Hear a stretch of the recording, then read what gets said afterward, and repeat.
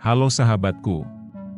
Siapa yang tak kenal dengan negara satu ini, yaitu Israel, sebuah negara kecil di Timur Tengah, menyimpan daya tarik luar biasa karena sejarah, budaya, dan geopolitiknya yang kompleks.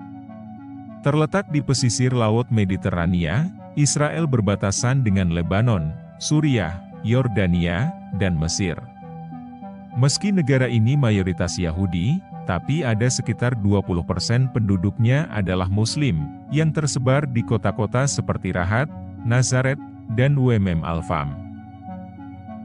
Salah satu kota Islam yang menarik perhatian adalah Rahat, yang terletak di Gurun Negev, Israel Selatan. Kota ini adalah rumah bagi komunitas Baduy, umat Muslim yang mempertahankan tradisi leluhur mereka meskipun berada di tengah perubahan modern.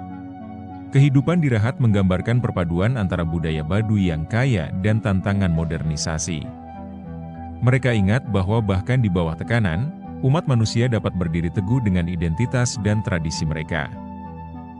Di tengah konflik dan kekacauan antara Israel dan Palestina, ada umat yang tetap teguh, tak goyah karena ancaman, tak gentar karena tekanan, yaitu umat Islam di Rahat.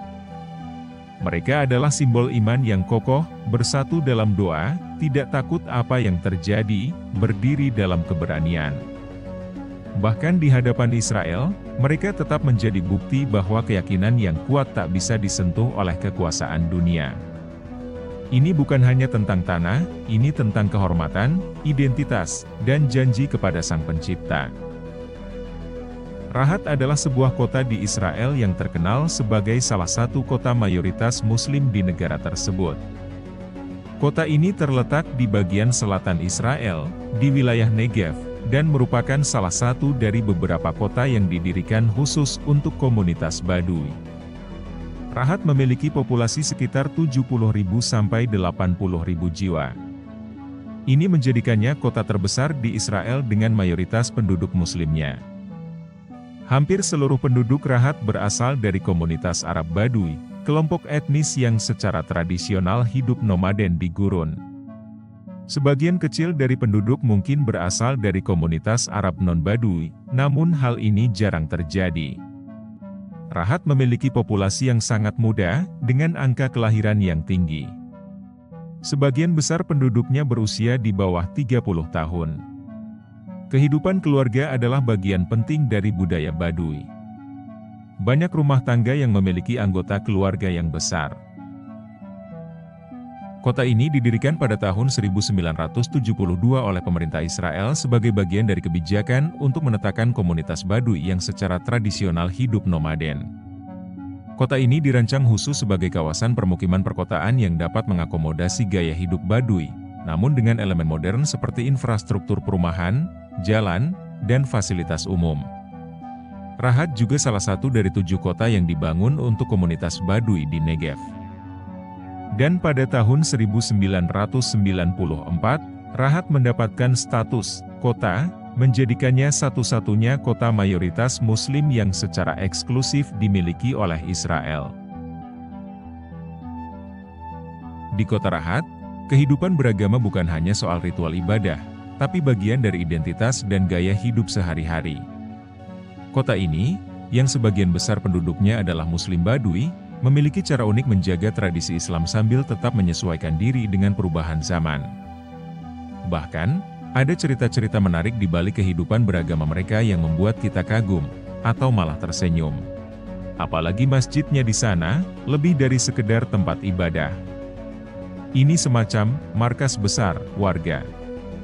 Setiap pagi, sebelum ayam berkokok, kalau ada ayam sih, suara azan dari masjid membangunkan seluruh kota. Masjid jadi tempat sholat berjamaah, tapi juga tempat nongkrong bapak-bapak setelah sholat. Mereka bukan cuma diskusi soal agama, tapi juga politik, cuaca, sampai harga kambing. Yang menarik, masjid di Rahat nggak cuma ramai sama jamaah pria. Ibu-ibu juga sering mengadakan kegiatan seperti belajar Al-Quran sambil sesekali curhat soal anak-anak mereka yang terlalu modern, gara-gara kebanyakan main TikTok. Kehidupan beragama di Rahat punya sentuhan tradisi Baduy yang khas. Misalnya, di setiap pernikahan besar, Doa-doa dipanjatkan dalam suasana penuh adat. Setelah itu, diadakan pesta besar, lengkap dengan musik tradisional dan masakan Baduy seperti mansaf dan zarb. Tapi jangan salah, di tengah pesta, warga tetap tidak lupa waktu sholat.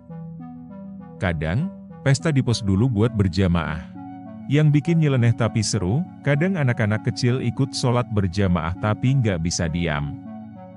Mereka lari-larian di saf belakang sambil main kucing-kucingan. Lucunya, tapi bikin jamaah dewasa harus ekstra sabar. Selama Ramadan, Rahat berubah menjadi kota yang penuh energi, tapi hanya setelah maghrib. Kalau siang, suasananya lebih mirip kota mati karena semua orang puasa dan ngantuk. Saat azan maghrib berkumandang, semua berubah. Jalan-jalan di kota jadi hidup, pasar malam bermunculan, dan warga berkumpul untuk berbuka bersama. Salah satu tradisi uniknya, ada yang suka berburu buka puasa terbaik di lingkungan mereka. Ibu-ibu berlomba membuat hidangan paling enak untuk keluarga dan tetangga. Kalau ada tamu datang, mereka sering mendapat bonus hidangan tambahan karena bagi warga Rahat, tamu itu rezeki. Generasi muda di Rahat mulai menghadapi dilema antara tradisi dan modernitas. Mereka tetap berada di masjid, tapi kadang di saf depan ada yang memakai baju olahraga atau celana jeans robek-robek. Katanya sih, yang penting hati tetap bersih. Beberapa anak muda juga suka mengadakan acara keagamaan dengan sentuhan modern, seperti pengajian dengan latar musik lofi di kafe lokal. Meski tidak semua orang tua setuju, cara ini dianggap efektif membuat anak muda tetap terhubung dengan agamanya. Di Rahat, tidak ada yang namanya privasi mutlak. Semua orang tahu siapa yang beli kambing baru, siapa yang lagi mencari jodoh, sampai siapa yang punya masalah sama tetangga. Tapi anehnya, ini nggak bikin orang merasa terganggu. Malah, mereka merasa itu cara untuk saling peduli. Kadang-kadang, obrolan kecil di pasar atau masjid bisa berubah menjadi diskusi panjang tentang politik, cuaca, atau cerita lucu masa kecil.